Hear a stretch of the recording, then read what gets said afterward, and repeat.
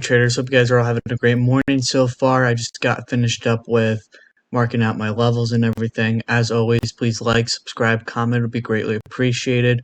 But what we're going to be doing today is just going over a quick review of the triple Qs, NASDAQ, S&P 500, and the big holders and what levels I'm watching. So let's get into it. So on SPX, I'm going to be watching for that gap fill trade as usual at 45.47. On the NASDAQ, that's going to be 14,284. And then what that translates to on SPY is going to be 454.26. And then on QQQ, that's going to translate to 390.74. Now on SPY, the levels I'm going to be watching for today is going to be the supply zone right here. It's going to be ranging from 455.61 to 459.44. I think that if we can cross above 454.26, push above that, what we'll be looking for is a gap fill trade at 456.48, as you can see right here. Nice gap. That's where it would get filled, and that's where you're going to get the most sellers. As you can see from this candle here, the low of this candle right here, 438.43, was a rejection of this candle right here. That was a nice gap fill trade downward, so I'm expecting a very similar move if we hit 456.48. Now, if we're in this zone, I'm not going to really be looking for calls. I believe that there's a lot of strong sellers. There's high liquidity in this area. So until we break above this zone right here, I am not going to be going long on anything. But if we do break above that, my next price target is going to be 462. If we end up breaking below it, let's just say we enter it, we get the gap fill, we reject downwards, I'd watch 453.67. That was the breakout level I was watching yesterday from here, and that's where I went long on calls yesterday. And then also I'd watch 451.39 if we really start to melt downwards. Now keep in mind, I believe that most of this hinges on NVDA.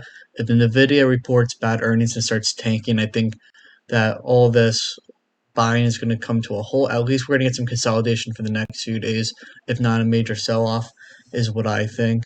But I think it all comes down to NVIDIA at the end of the day.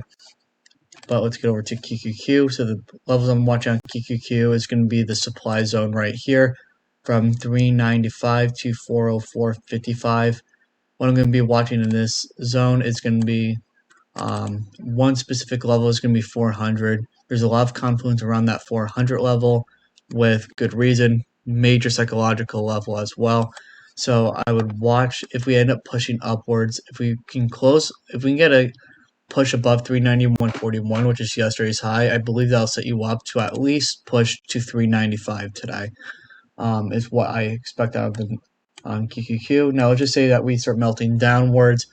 What I would watch is maybe a possible gap fill, then a push down to 387.75. We might consolidate within this range for a little bit. So I'll just really watch that for today. Demand is down here, but I don't think that we're going to be moving all the way down there. But you never know. Let's go over to the NASDAQ. Actually, let's go over to Amazon.